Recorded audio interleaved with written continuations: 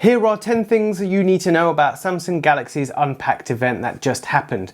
There's a new S23 range and a couple of new laptops.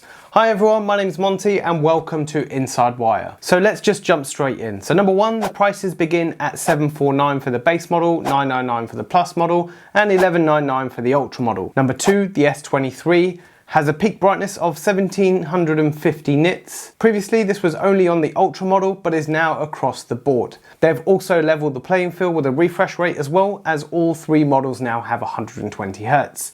All the models have been upgraded to Wi-Fi 6E capability. I thought they might have put in Wi-Fi 7, but maybe they're just trying to keep the cost down. Number four, the S23 and the S23 Plus have a full HD screen, and a QHD screen is on the S23 Ultra. The S23 Ultra goes all the way from 1 Hz to 120 Hz with its dynamic refresh rate. Not sure you'd want to do that, but it's there anyway. 5. The S23 and the S23 Plus have similar cameras: 12 megapixel ultra wide, 50 megapixel primary, 10 megapixel telephoto lens, and the selfie is 12 megapixel camera. The S23 Ultra, however, is an autofocus 12 megapixel ultra wide camera, a 200 megapixel primary camera, a 10 megapixel zoom camera, and a 10 megapixel periscope camera.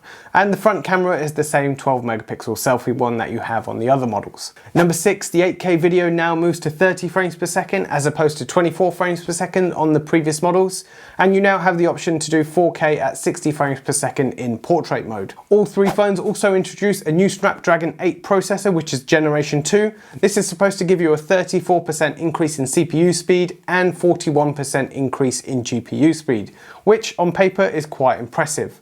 Number 8, the S23 and the S23 Plus come with 8GB of RAM plus up to 512GB of storage, but the S23 Ultra has the 8GB and 12GB option, and the storage can go up to 1TB. Number 9, the S23 Ultra has the same battery as last year, which is not very impressive, but it's there. The S23 and the S23 Plus do have bigger batteries though, at 3900 milliamps and 4700 milliamps. And finally, at number 10, the last thing you need to know is you will get 5 years worth of security updates with this phone and 4 years worth of OS updates. I do have some videos coming on the S23, so be sure to hit the subscribe button and comment down below if there's something specific you want to see on those models. As I mentioned right at the start, Samsung also released a couple of new laptops which look fairly impressive. You have the Galaxy Book 3 and the Pro 360.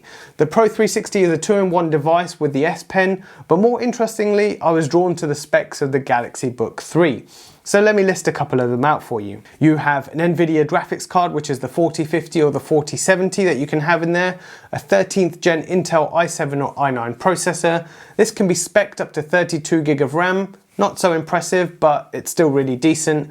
120Hz display with the 16:10 wide display ratio, and studio quality mic with AI noise cancellation. I can't wait to get my hands on one of these to see how powerful this beast really is.